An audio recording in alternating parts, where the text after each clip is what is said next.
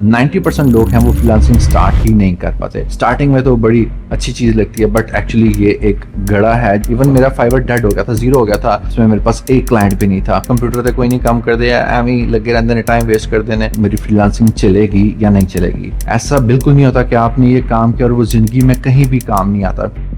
अपना decision change मत करो। अस्सलाम वालेकुम जी, welcome back to our episode 2 of our season 1। Actually ये मैंने एक सीजन बनाया है। सीजन 1 में हम बात करेंगे जो फ्रीलांसर्स का माइंडसेट है उसके बारे में। लास्ट वीडियो में हमने ओवरथिंकिंग के ऊपर बात की थी जिसका रिस्पांस मुझे बड़ा अच्छा मिला है। यही मेरा मकसद था कि जो बिगनर्स हैं जो फ्रीलांसिंग स्टार्ट करने जा रहे हैं उनको बहुत सी इश्यूज़ को फेस करना पड़ता है बट उसके बारे में बात कोई नहीं करता, उनको पता नहीं लगता और वो टाइम अपना बहुत ज़्यादा वेस्ट कर देते हैं। जैसे कि ओवर थिंकिंग। अगर आपने लास्ट एपिसोड नहीं देखे, एपिसोड 1, वो आप देख लो। ये एपिसोड 2 है। आज इसमें हम बात करेंगे कि फ्रीलांसिंग स्टार्ट ही क्यों नहीं करते लोग, या बच्चे क्यों स्टार्ट नहीं करते। तो उसकी कुछ वजह है, हो सकता है उसमें से कोई एक वजह आपकी भी हो। अगर वो वजह आपकी हो और आपको सोल्यूशन मिल जाए तो मेरा ख्याल है इससे अच्छी बात और कोई नहीं है। और इंशाल्लाह उम्मीद करता हूँ कि आप भी फ्रीलांसिंग अगर आप स्टार्ट करने में हैं या बिगनर हैं और बहुत से चीज़ों को फेस कर रहे हैं तो इंशाल्लाह इस वीडियो से आपको हेल्प आउट हो जाएगी। तो चलिए आज की हम एपिसोड 2 स्टार्ट करते हैं। बट स्टार्ट करने से पहले चैनल को सब्सक्राइब लाजमी कर लेगा क्योंकि वीडियोस हो सकता है कोई एक प्रॉब्लम आपको फेस आ रही है और मेरी वीडियो आप देख लें और आपको सोल्यूशन उसका मिल जाए।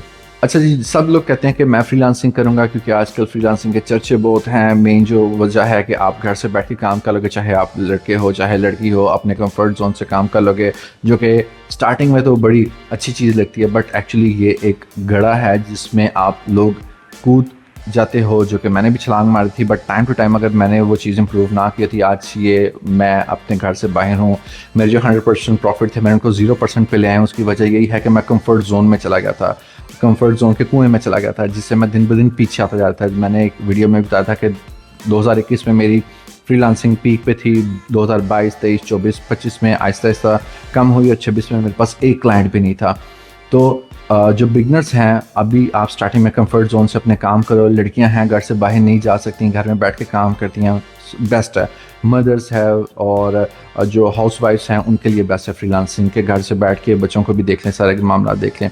बट 90% लोग हैं वो फ्रीलांसिंग स्टार्ट ही नहीं कर पाते। अब उसके पीछे कुछ रीजंस हैं जिसमें सबसे पहली है जो वो ये है कि उनको डर रहता है कि मैं आज स्टार्ट कर लूँ, मैं इसको टाइम दूँ, मेरी फ्रीलांसिंग चलेगी या नहीं चलेगी।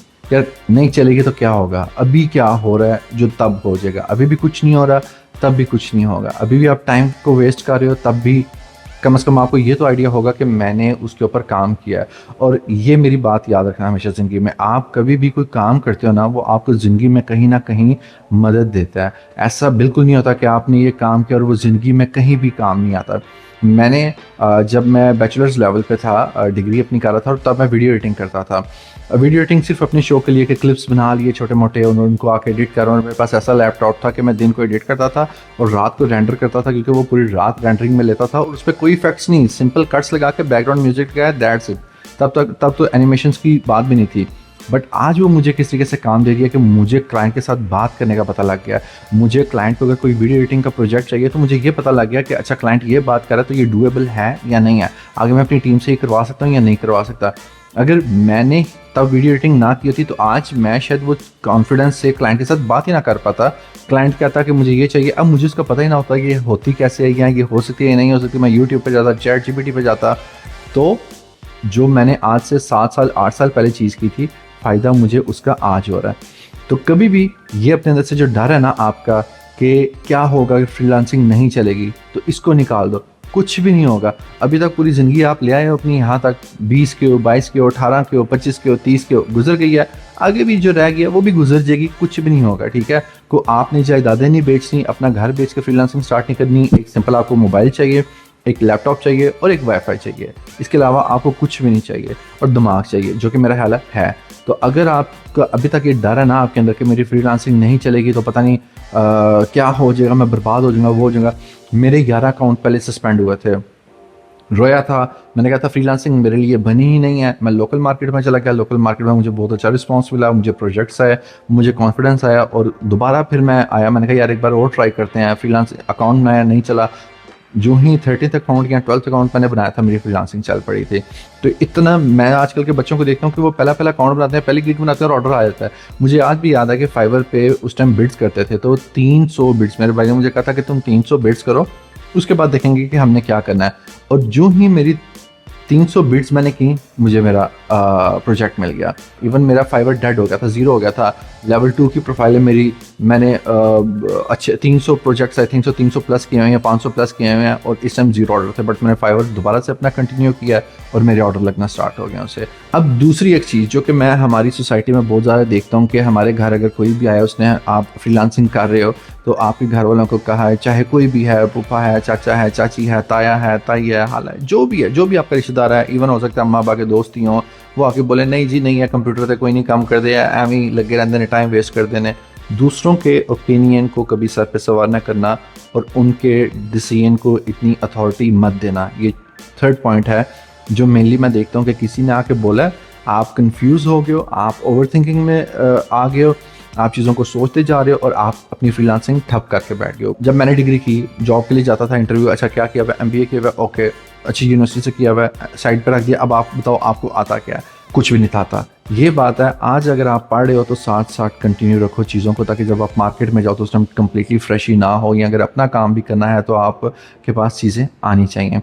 बट अगर आप फ्रीलांसिंग कर रहे हो, मैं स्पेसिफिकली फ्रीलांसिंग की बात करूंगा और किसी चीज़ की बात नहीं करूंगा, तो उसमें आपने देख लेना है क्या मुझे फ्रीलांसिंग क्विट करनी चाहिए या नहीं करनी चाहिए। ये ना हो कि 2 साल से आप फ्रीलांसिंग में ही हो, कोई प्रोजेक्ट नहीं लगा और आप कहते हो नहीं मैंने मजीद 2 साल देने हैं। ऐसा सिस्टम नहीं है, इसमें आपकी कोई गलती है, आप कहीं ना कहीं गलती कर रहे हो।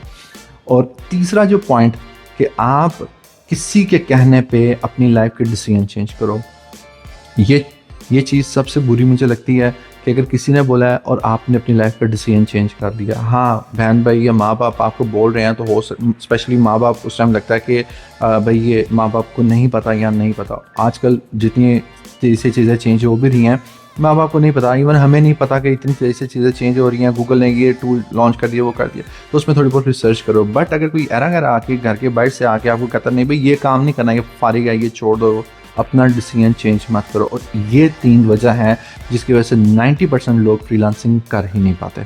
अब इसमें एक चीज़ है जो कम्प्लीटली आपके एंड पे, ये तो वो है जो आपकी सराउंडिंग से आपको इफेक्ट करती है, ठीक है, एक्सटर्नल फैक्टर्स हैं। अब एक इंटरनल फैक्टर है, कुछ इंटरनल फैक्टर्स हैं, उसमें ये है कि लोग परफेक्शन की तरफ जाते हैं, जो कि सबसे बड़ी गलती है आज के वक्त में।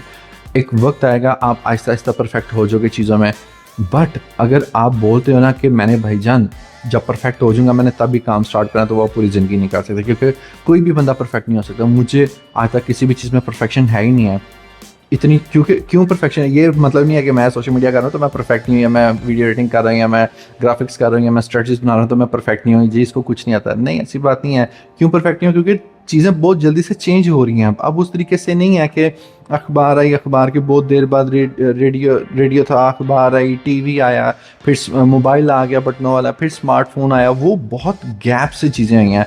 अब 2020 जब इंटरनेट के आने के बाद चीज़ें, अब 2026 में, 2020 के बाद, स्पेसिफिकली कोविड के बाद, स्पेशली ये 2020 के बाद चीज़ें बहुत ज़्यादा चेंज हो रही हैं और बहुत जल्दी चेंज हो रही हैं कि इवन कंपनीज जिनके पास 40 का ह्यूमन रिसोर्स था, 50 का था, 100 का था, इवन लिंक्डइन ले ऑफ कर रहा है अपने एम्प्लॉयज़ को, जहाँ पे आप जॉब्स देखने जाते हो। क्यों?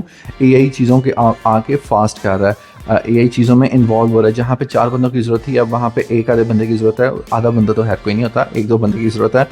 तो आप अगर परफेक्शन की तरफ जाओगे तो आप कभी नहीं कर सकोगे। कोई भी चीज़ आप सीख रहे हो उसको सीखो, थोड़ा सा यूट्यूब से जाके सीखो, यूडेमी से जाके सीखो, फ्री कोर्स करो। पेड कोर्स की तरफ मैं बहुत कम जाता हूँ। पेड कोर्स मैं आपको तब रिकमेंड करूँगा जब आप बहुत अच्छा अर्न कर रहे हो, बहुत क्लाइंट्स आपके पास हो। अब अपने क्लाइंट्स के इंप्रूवमेंट के लिए, अपनी इंप्रूवमेंट के लिए तब आप पेड कोर्स करो, अदरवाइज मत करो पेड कोर्सेज को, प्लीज़ काइंडली। अब आपने थोड़ा बहुत कुछ भी सीखा है, चाहे वीडियो एडिटिंग है, चाहे सोशल मीडिया है, चाहे स्ट्रेटजीज बनाना है, उसको अप्लाई करो। अब आप कहते हो हमारे भाई हम अप्लाई कहाँ पे करें? यार कोई भी ब्रांड ले लो, आउटफिटर्स है उसका ले लो, अगर आप ग्राफिक डिजाइनिंग कर रहे हो उसका लोगो बना दो, उसकी शर्ट्स के मॉकअप्स बना दो, कुछ भी बनाओ, अपने पास पोर्टफोलियो करो। अगर आप वीडियो एडिटिंग कर रहे हो, मेरी वीडियो को पकड़ो, इसके टॉकिंग हेड शॉर्ट्स बना लो, कोई भी यूट्यूब पे जाके पॉडकास्ट ले लो, किसी का पॉडकास्ट ले लो, उसको एडिट करो, उसके शॉर्ट्स बनाओ। तो आपने जो सीख रहे हो उसको अप्लाई करते जाओ साथ साथ, और फिर इम्प्रूवमेंट करते जाओ। इस तरीके से चीज़ें चलेंगी। अगर आप सिर्फ परफेक्शन की तरफ जाओगे तो आपकी चीज़ें चलेंगी नहीं।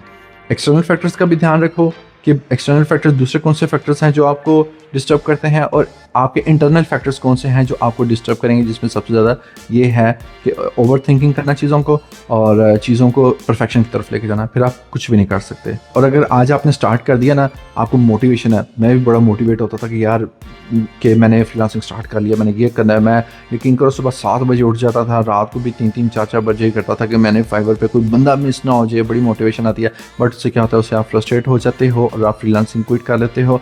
और ये मोटिवेशन के ऊपर इंशाल्लाह नेक्स्ट वीडियो आएगी जो कि हमारी एपिसोड होगी 3rd। तो इसलिए चैनल को सब्सक्राइब कर लो, बेल आइकन दबा लो, उसको बस दबाओ, किसी भी तरीके से उसका गला घोंट दो ताकि आपको पता लगे कि जी नेक्स्ट एपिसोड आ गया, तो उससे आपको कोई चीज़ सुनने को मिल जाएगी। और अगर इस वीडियो में आपको कोई चीज़ मिली है कि हाँ मेरे में ये मसला था या मैं इस चीज़ पे अटका हुआ था अभी तक, जैसे कि लास्ट वीडियो में एक कमेंट मुझे आया था, पता नहीं भाई का था या बहन का था, उसने कहा कि जी मैं ओवर थिंकिंग सिर्फ इस चीज़ पे थी कि मेरे पास मोबाइल है, मेरे पास लैपटॉप नहीं है, तो मैं स्टार्ट कर सकता हूँ या नहीं कर सकता। तो इसी तरीके से अगर आपको भी कोई इशू इस वीडियो में आया तो वो कमेंट में मुझे लाजमी बताइएगा, उससे लोगों को बहुत ज़्यादा हेल्प आउट होती है। तो वीडियो को लाइक भी कर दें, चैनल को सब्सक्राइब कर दें, आपको भैया वीडियोस लेके आता रहेगा और ये मोटिवेशन मुझे भी तब तक होती रहेगी जब तक आप एंगेज मेरे साथ करते रहेंगे। इंशाल्लाह मिलते हैं नेक्स्ट एपिसोड में, तब तक के लिए अल्लाह हाफ़िज़।